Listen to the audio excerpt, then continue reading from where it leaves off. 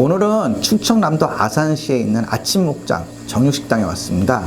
여기가 상당히 좀 기술적인 면에서 좀 다른 게 있어요. 그래서 지금 바로 숙성고에 들어왔는데요. 이 파이프가 를 돼 있는 거를 그 직냉식이라고 얘기합니다. 그래서 파이프에 열을 받는데 천장을 보세요. 보통 그 일반적으로는 다 벽에다가 설치를 하거든요. 근데 이 천장에다가 냉매를 설치를 하면 숙성을 보통 바람을 쐬서 하고 대류의 흐름에 따라서 한다고 그러는데, 이거는 찬 공기가 얼어지면 아래로 떨어지고 더운 공기는 위로 올라갑니다. 그러니까 여기는 선풍기가 없는데도, 그리고 뭐 어떤 그 바람을 일으키는 게 없어도 자연스럽게 대류에 의해서 고기를 지육을 걸어 놓으면 말라지는 거예요. 그러니까 옛날에는 이런 방식을 많이 했어요. 그리고 일본에서는 아직도 이 방식을 자기네들 고유의 숙성법이라고 얘기를 합니다. 그래서 일본에서는 웨데이징, 드라이징 있는데, 그 중에서 자기네들은 이렇게 드라이징 방법 중에 이 가시고기 방법, 그러니까 뉴욕식 방법이 있고 유럽식 방법이 있고 일본 전통의 방법이 있다고 하는데, 그거를 보여주는데, 우리나라 지금 이렇게 직냉식으로 냉장고가 별로 없고, 또 있어도 이 천장에다가 설치를 하는 거는 거의 보기가 힘들었는데, 여기는 그 정확하게 천장에다 숙성을 했어요. 그래서 이 집은 이 냉장고 자체에서도 지금은 웨데이징만 하고 있는데 드라이징이 가능합니다. 일본식 드라이징 방법인데 지육을 걸어놓고 드라이징을 했어요. 그러니까 이제 일본은 전통적으로 산업을 계속 대를 이어서 하니까 60년대, 70년대 정육점들이 있습니다. 그 당시에는 지금처럼 팬이 돌아가면서 냉각을 시키는 게 아니고 전부 다 이렇게 파이프에 이게 암모니아 가스죠? 가스를 넣어가지고 냉매를 시키는 방법을 썼거든요. 그렇기 때문에 우리는 없어졌지만 일본은 이게 전통적으로 남아있어서 자기네들이 아직도 이걸 전통 방식으로 숙성이라는 걸 하는데, 여기 오니까 아침 목장에는 이 설비가 돼 있네요. 저도 한국에서 천장에다가 파이프 설치하는 건 처음 봤어요. 이 집은 상당히 과학적으로 고기를 다루는 식당이라고 보시면 됩니다. 여기 성에가 낀 곳이 있고 안 낀 그러니까 이게 지금 냉이 들어간 거예요. 그러니까 이 직냉식으로 했을 때 가장 문제는 이게 성에가 껴요. 그래서 이거를 녹여내고 이러는 부분들 때문에 번거롭기 때문에 이 방식이 사라져 버린 거예요. 근데 이 직냉식을 하면 팬은 돌아가면서 녹이는 시간이 있어요. 그러다 보니까 온도 편차가 많이 생깁니다. 근데 이거는 온도 편차가 거의 안 생겨, 문 열 때 이외에는 안 생긴다고 보시면 돼요. 그러니까 여기도 지금 그거를 최소화하기 위해서 지금 이 비닐막을 쳤거든요. 그러니까 이 온도는 계속해서 낮은 온도를 유지할 수 있는 거죠. 물론 그렇게 상당히 과학적으로 설계가 된 거예요. 여기는 몇 도까지 보통 유지? 지금 몇 도 유지하시죠? 0에서 1도 정도. 0에서 1도 정도 유지하는 거죠. 그러니까 이게 이제 왜 빙온으로 못 가져가느냐, 0도 이하로 못 가져가느냐, 위치마다 온도가 달라집니다. 그럼 얼 수도 있어요. 그래서 그런 거지, 이게 지금 제가 와서 한국에서 본 직냉식 냉장고, 숙성고 중에는 가장 설비가 잘 돼 있는 거예요. 그러니까 여기가 지금 이쪽은 냉을 설치를 해놓고 냉을 안 쏘고 저쪽만 쏘는 이유가, 저쪽은 온도가 있으니까. 근데 여기는 이 찬 것으로 충분히 커버가 되니까 이런 식으로 만들어 놓은 거예요. 의도적으로. 네, 그런 거. 굳이 여기까지 넣어서 온도를 떨어뜨릴 필요 없고. 이게 왜냐니까 이 직냉식의 단점이 뭐냐니까 여기 온도하고 여기 온도하고 좀 달라요. 그러니까 여기 조금 더 과학적으로 한다면, 여기서 선풍기를 공기를 한 번 좀 돌려주면 상당히 괜찮을 수 있는데, 이거는 이제 위에서 선정해서 자연스럽게 대류가 일어난다고 보시면 돼요. 그런 것들이 좀 차이가 있습니다. 여기가 단순한 정육식당하고 좀 차이가 있습니다. 보시는 것처럼 여기는 직접 목장을 하고 있습니다. 물론 정육식당에서 목장을 하시는 분은 되게 많습니다. 근데 여기 재밌는 게 뭐냐니까, 저기 목장을 하시고 있는 사장님의 아버님은 우리나라 육강업계의 1세대세요. 그러니까 한냉의 생산부장을 하셨기 때문에 공업적으로, 그러니까 대량으로 고기를 사박게 하고 고기를 작업했던 시대의 첫 번째 세대 분이시라고 보시면 되고요. 그분이 은퇴하셔갖고 나오셔서 이제 육가공도 하시고 목장도 직접 하시고, 지금은 이제 아드님이 이어받아서 경영은 지금 하고 계신데, 중요한 건 이제 목장도 발효 화식 한우를 키웁니다. 나중에 화식 한우에 대해서 좀 자세히 듣겠는데요. 옛날에는 이제 다 이렇게 화식을 해서 먹였거든요. 그런 것처럼 거기를 화식해서 먹는, 화식이라는 게 어떻게 익혀서 먹는 건데, 한국 한우의 특징은 이런 화식, 좀 정성을 다해서 한 마리 한 마리 가족처럼 키웠다는 건데 그런 방식을 현대식으로 재현한 겁니다. 그래서 오늘도 기회가 좋았으면 칡소를 먹어보러 왔는데 불행하게도 칡소는 없다고 합니다. 그래서 오늘은 그 살치살과 업진살을 구워 먹으면서 그 고기의 소고기에 대한 얘기들을 그 전문가이신 김성기 소장님, 실장님 하고 얘기를 들어보겠습니다. 안녕하세요. 저는 아침 목장 정육식당 식당의 사장으로 있는 김성기라고 하고요. 그 고든성기의 고기연구소라는 그 유튜브 채널도 운영하고 있습니다. 오늘 칡소를 볼 수 있나요? 오늘은 안타깝게도 칡소가 없네요. 네. 그러면 지금 명절 대비해가지고 이제 슬슬 잡기 시작하는 거는 있는데 그건 칡소는 아니고 화시구만 지금 좀. 칡소가 일반 한우하고 사람들이 평가할 때 어떻게 다르다고 얘기할 수 있을까요? 일단 칡소를 처음에 먹어봤을 때 일반 한우보다 뭔가 육향이 좀 진한 면이 있고요. 일반인이 먹었을 때는 그냥 육향이 좀 진하다. 그 정도인 것 맛에선. 같아요. 네, 맛에서는. 사육하시는 과정에서는 이제 뭐 네, 사육하는 과정에서는 돈이 안 된다는 점이 특징이 있어요. 생산 일정이 기나요?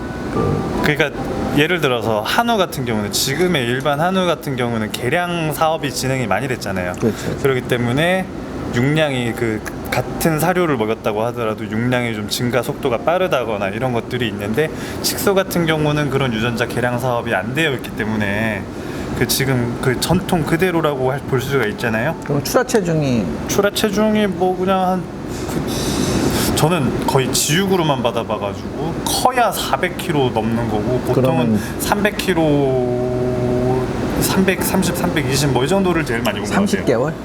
30개월 정도에. 그럼 뭐 거의 뭐 그래도 많이 크네요.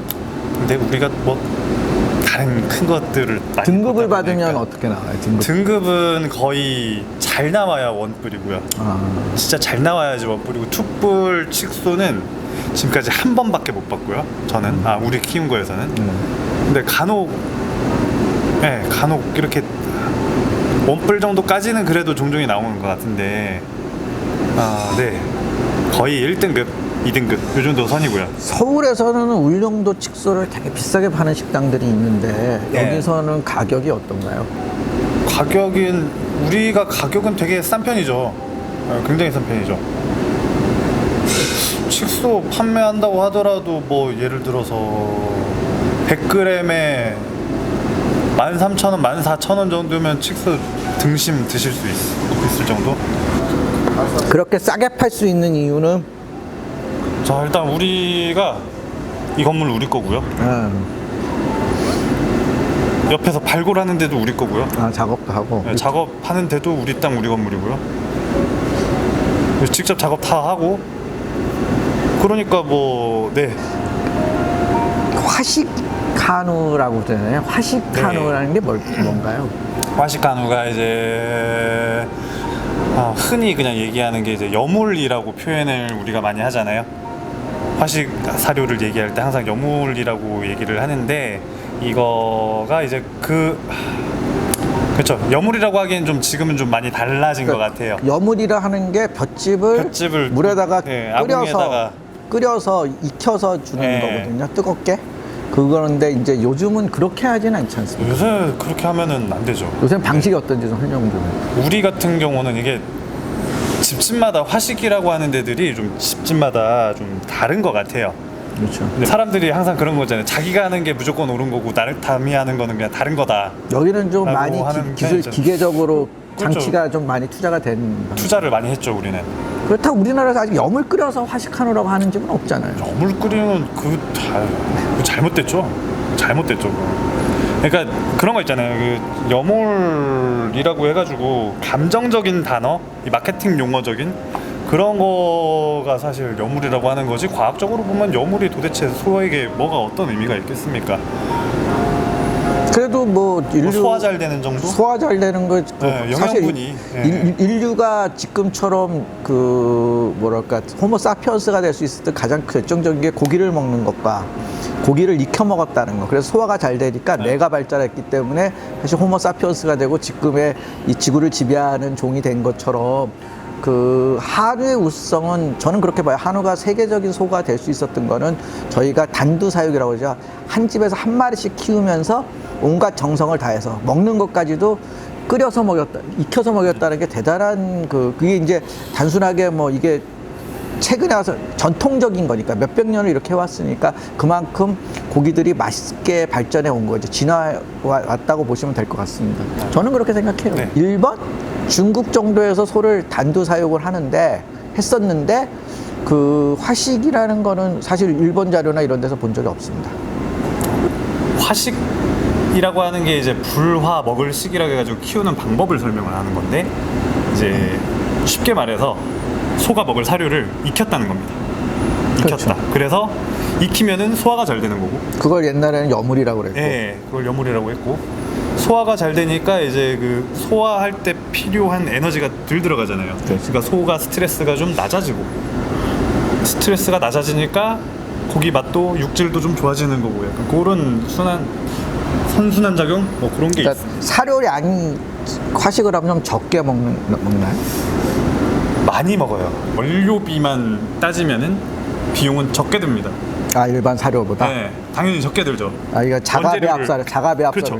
원재료를 다 일일이 사니까. 근데 하고서 그것도 노동력도 많이 들죠. 그러면 주로 사료 원료는 뭐를 쓰나요? 뭐 옥수수도 일부 들어가고, 뭐 두부. 그러니까 두부 공장에서 나오는 모양 깨진 두부 이런 거 있죠. 비지 뭐 이런 것들. 비지 당연히 들어가고, 깻묵 그 참기름 짜고 남은 그거, 뭐 면실 피도 받고, 그리고 또 그런 걸 다 구매를 하시나요? 예, 과자박, 과자 부스러기, 그러니까 과자 공장에서 남은 과자 부스러기 뭐 이런 것들. 당연히 뭐 알팔파 같은 풀, 알팔파, 라이그라스, 티맥, 연맥, 티모시 뭐 이런 거, 이런 것도 다 들어가고요. 뭐 그냥 도축도 씁니다 이제. 셀프로 운영되는데 상차림이 상당히 반찬이 다양하게 나오니까 훨씬 더 합리적인 선택일 것 같아요. 자기가 먹고 싶은 걸 갖다 놓을 수 있으니까. 그 목장에 있는 소들은 전부 다 화식. 예, 전부 화식으로 키워요. 그게 가장 큰 특징. 그렇죠. 그 화식이 손이 너무 많이 가요. 그러면 자, 오늘은 우리가 전화를 하고 왔는데 화식이 없어요, 뭐 네. 축소가 없어요. 그래도 일정상 와서 촬영을 하는데 이제 여기까지 오면 화식으로 먹고 싶어, 한우를. 네. 아니면 또 축소를 먹고 싶어. 그러면 어떻게 알아요? 뭐 이렇게 알리는 뭐 페이스북에 알린다든지 그런 어떤 알리는 방법이 있나요? 전화를 해야 되는 시스템이네요. 그러니까. 그럼 집에서 인터넷으로는 구매할 수 있나요? 인터넷에 구매 가능합니다. 온라인 쇼핑몰이 있고요. 근데 그거를 먹어보면은 특징이 그 원재료의 맛이 고기 근육에 배어 있어요. 그 근육인지 지방인지 뭐 정확하게는 제가 잘 모르겠습니다만은 근육에도 일부 있고 지방에도 일부 있을 것 같은데 지방에 조금 더 많을 것 같다고 추측은 합니다. 네. 한우 같은 경우 소고기에 맛있는 거는 품종, 사료, 사양 방식, 그리고 숙성이라고 얘기를 합니다. 그래서 지금 여기서는 이제 사료도 화식은 좀 다르고 먹이는 사양 방식도 다르고 그러기 때문에 그 조금 뭐랄까 차별화된 고기를 드실 수 있는, 거기다 품종까지 다르면 완전히 그 아침 목장의 소고기, 아침 목장에서 나오는 칡소나 화식우는 우리가 흔히 만났던 그 수많은 한우하고 다른 맛이라고 보시면 돼요. 그냥 사료를 먹인 칡소를 먹어봤고 그 화식을 하고 나서 지금까지 아무튼 계속 레시피가 계속 살짝씩 바뀌었어요. 좀 더 개선이 되고 그게 쌓여와가지고 지금은 꽤 대단한 사료 레시피가 됐는데 지금의 그냥 화식 한우가 훨씬 맛있다고 생각을 합니다. 그러니까 품종도 품종이지만 맛에 영향을 미치는 게 화식 자체가 화식 그 사료 자체에서 나오는 풍미가 대단해요. 보통 이제 스트레스를 줄인다고 하면은 일반적인 사람들이 생각하기에는 방목을 해라 이렇게 할 테지만 우리나라 현실에서 방목이 뭐 그렇게 쉬운 일은 아니잖아요. 땅이 한정돼 있으니까. 소지의 잔여. 그렇다면은 한정된 토지를 이용하는 그 한도 내에서 스트레스를 가장 줄일 수 있는 방법이 무엇인가 했을 때 택한 방법이 화식이라는 거죠. 좀 더 맛있다고 생각을 하니까. 그리고 약간의 리사이클링일 수도 있고요. 그러니까 우리가 사료는 전부 다 수입에 의존하는데 이거는 이제 국내에 있는 어떻게 보면 그 식품 잉여분 이런 것들을 활용해서 그 건강한 사료들을 만들어 먹을 수 있다는 게, 그러니까 사료를 우리가 너무 외국의 미국 그 곡물에 의존하는 게 아니고 나름대로 자원을 활용할 수 있는 부분들은 되게 이렇게 생각해 볼 문제인 것 같아요. 저보다 더 뛰어나고 저보다 아마 내 나이쯤 되면 저보다 더 뭐 제가 별로 그렇게 아는 게 없지만 더 유명해지지 않을까 합니다. 그래서 앞으로 방송도 좀 많이 불러주시고요. 많이 응원해 주셨으면 합니다. 네, 감사합니다.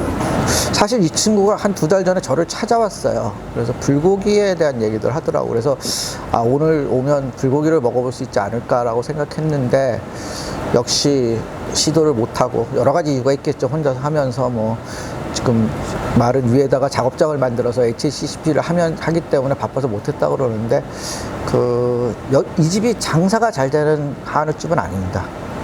그러니까 가능성이 되게 많은 집이고 아까도 얘기했죠. 뭐 자가에다가 가격도 싸고 고기도 직접 다루고 그러니까 무궁무진한 가능성이 있는데, 그리고 방을 알려진다고 하는데 뭐 서비스 정신이 좋은 것도 아니고 그렇다고 뭐 메뉴가 특별하게 맛있는 뭐 반찬이 있는 것도 아니고 뭐 여러 가지 부족한 점은 많아요. 근데 그 장래성은 확실히 있습니다. 그래서 저는 조금 더 안정되고 발전했으면 좋겠어요. 그래서 오늘 잔소리 몇 개 했어요.